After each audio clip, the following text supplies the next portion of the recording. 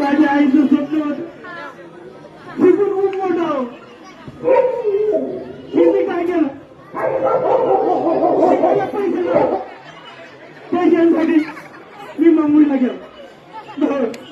मुंबईला गेलो, रस्त्यावर राहिलो, प्लॅटफॉर्मवर राहिलो, पोटाला भूक लागायची. माझ्या आईची अपेक्षा होती शिकून मोठा माणूस. मी काय करू, माझ्याकडे पैसे नाही. मुंबईला गेला, तिथं हाडीला मोठे भांडे लागले पैसा जमवला. मग मी सांगितलं त्या मालकाला मला घरी जायचं. माझ्या काकाचा फोन आला, तुझी आई आजारी आहे, लवकर ये. मी माझ्या मालकाला सांगितलं मला पैसा द्या, मला आईला भेटायचं. माझी आई आजारी आहे, माझ्या आई आजारी मला जायचं. त्याने मला नाही सांगितलं. मी पैसे मागायला लागलो. त्याने मला एक काचेचं भांडं दिलं. ते काचता सरकार माझ्याकडनं फुटलं. मला त्याने लाभ मारले.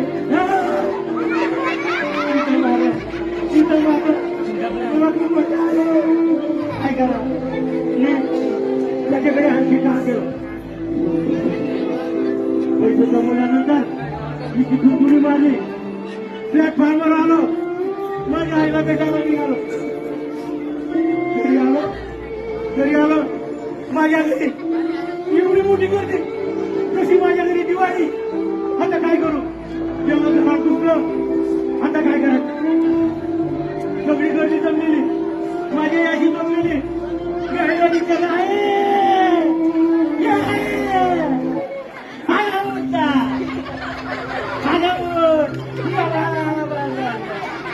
आता काय नमस्कार ना.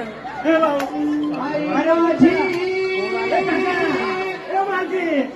गर्दी कसं सागर हो. आता काय गेला,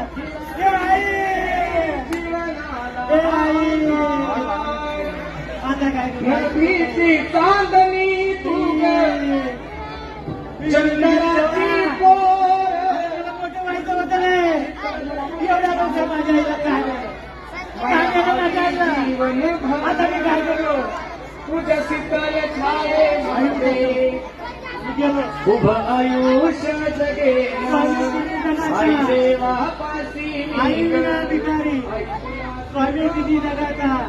आई विना भिकारी, आई आपल्या घराची तुळस, तिच्यामुळेच आपल्या घराला संसाराला सुखी संसार म्हणतात. अशी आई गेली. ए आई, मी आईकडे गेलो. आई तुझा 12 वर्षाची आहे ना, आता मला खायला कोण देईल. हे बघ आई, तू बोलली होती मोठा माणूस हो. मी मुंबईला गेलो मोठा माणूस होण्यासाठी. बघ तुझ्यासाठी की साडी आहे.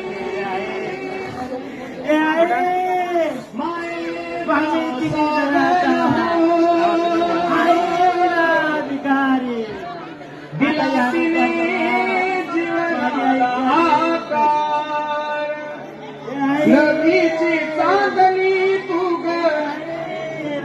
चंद्राची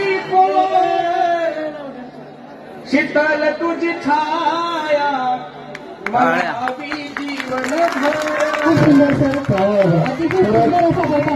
प्रतिम असं परफॉर्म सरांनी या ठिकाणी सादर केलं. खरंच या जगामध्ये आमच्या ताई म्हणजे कुमार सरांची आई या ठिकाणी या जगात नाही आहे. त्याचा